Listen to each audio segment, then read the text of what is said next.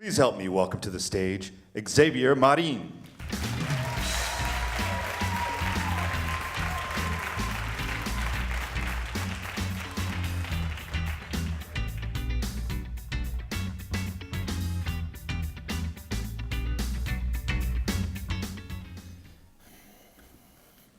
Back in 1925, a study was conducted by the great American author Napoleon Hill. This study showed that 97% of all the people of the world are drifting aimlessly through life without the slightest idea of who they are or what they want to accomplish. 97%. Now, if my math serves me right, that means that only about 12 to 15 of you here in this entire audience have discovered your why, your purpose. While admittedly, this study had been conducted some time ago, I wouldn't be surprised if the results weren't similar today. While I do believe we all have a purpose, and to discover it is so very important. Well, you can easily get caught up in the wants and desires of those around us.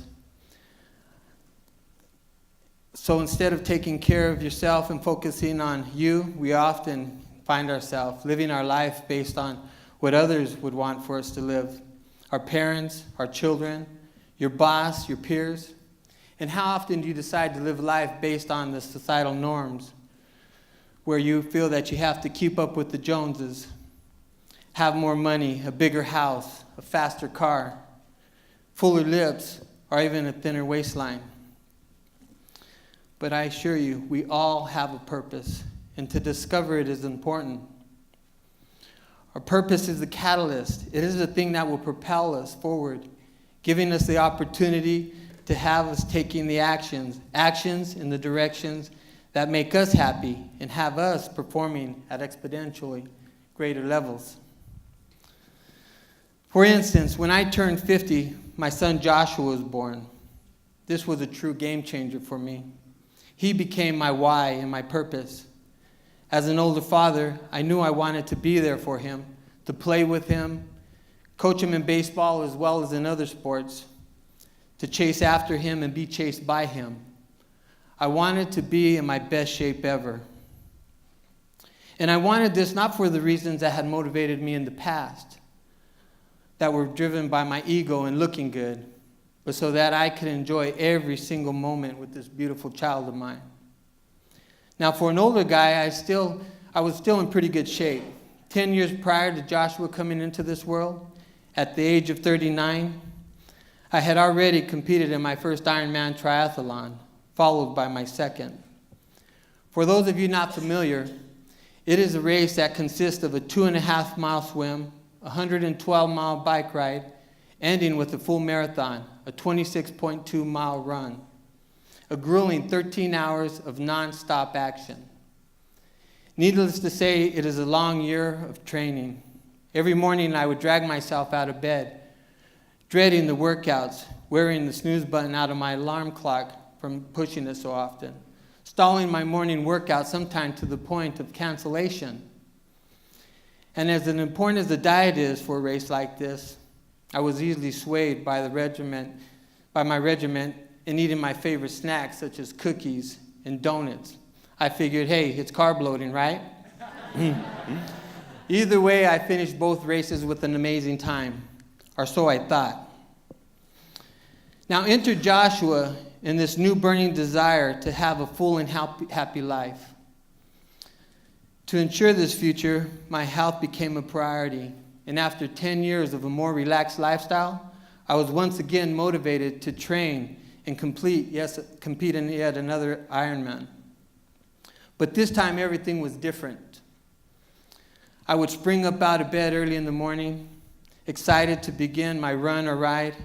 I'd have this energy that often added miles on to my scheduled workout, where versus in the past I had do whatever it is that I could and ended up with, ending them short.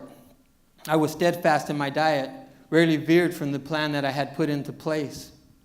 And in the end, I not only beat my first time on the course, I crushed it. At age 51, I shaved off an incredible 2 hours off the time that I had achieved at a younger age of 39. Now, how did I produce such a result?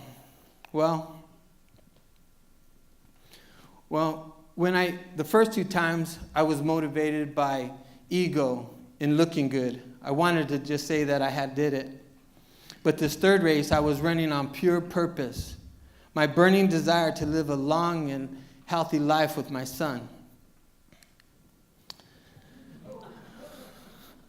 A defined purpose puts us into action and allows us to create results that we might not have otherwise been able to. But that's not all. A purpose just doesn't put us in action. It keeps us in action. The road in life isn't always an easy one. It can be riddled with twists, turns, and potholes, easily taking us off course. We don't want to fail, so we often stop our journey short of the point of where we may falter, get hurt, or look bad. But a strong purpose will always keep us going. Think about it. When you consider those who have done the biggest difference in the world, who comes to mind? Martin Luther King, Nelson Mandela, Rosa Parks, Gandhi? Did these iconic historical figures ever experience doubt or fear? Were they ever met with resistance or upheaval? I suspect so, but they remained steadfast. And why do you think they did? Because they all had a clear and unwavering purpose.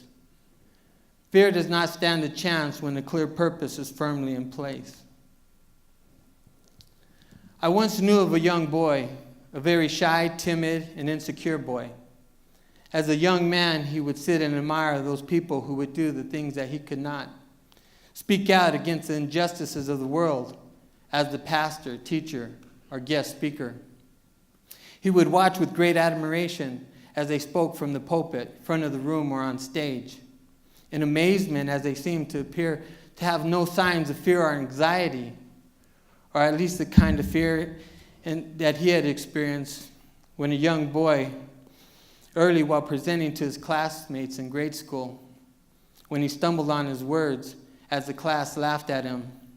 It was those very laughs that prevented him from ever approaching a stage of any sort thereafter. But something changed. As he grew up, he started to develop his purpose, his why. He started to dream of making a difference.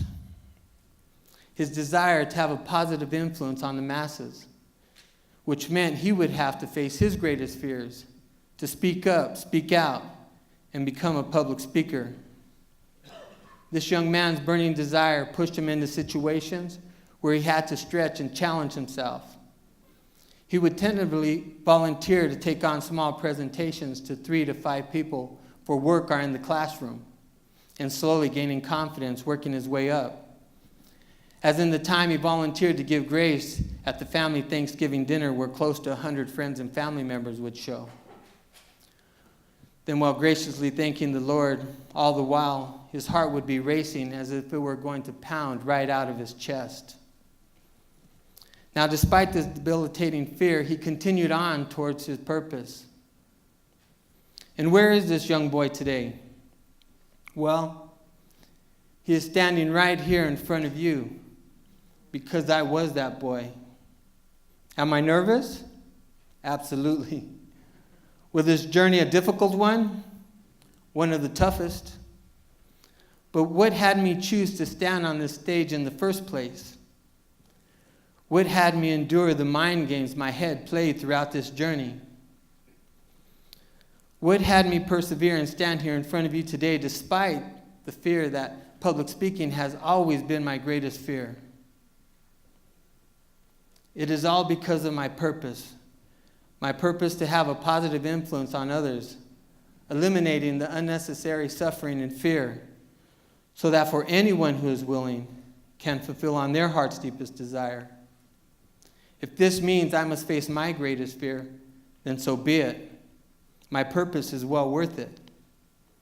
What's your purpose? What would be worthwhile for you to overcome your fears and have your dreams realized? Think about it, then go for it. Thank you.